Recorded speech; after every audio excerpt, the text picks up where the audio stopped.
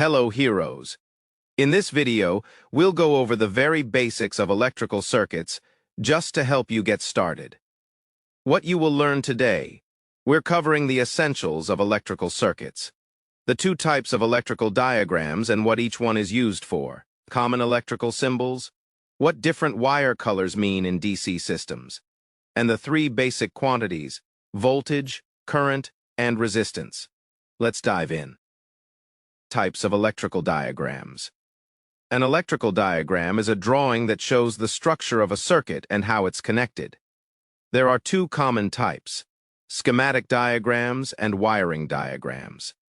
Schematic diagrams show how a circuit works and the electrical connections between components. Do not show the actual physical location of components. This is what you usually see in physics class. Wiring diagrams show the actual installation location of components and wiring methods. Emphasize how to connect things, very useful for assembly, installation, and maintenance. Common electrical symbols. In diagrams, we use symbols to represent components. Wire, a straight line. The path for current. Connected wires, two lines crossing with a black dot in the middle, meaning they are connected. Diode, triangle pointing right with a vertical line. Current flows only one way. Ground, three parallel lines. Each shorter provides a safe reference point. Capacitor, two parallel vertical lines, not touching. Stores and releases energy. Filtering, storage.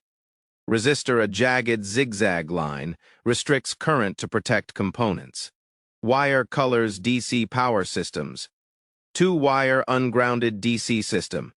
Positive, L plus red wire. Negative, L black wire. Two-wire grounded DC negative grounding system. Positive red. Negative white, marked with capital N. Two-wire grounded DC positive grounding system. Positive white. Three basic quantities. Voltage, electric potential difference, the pressure that pushes current, like water pressure in a pipe.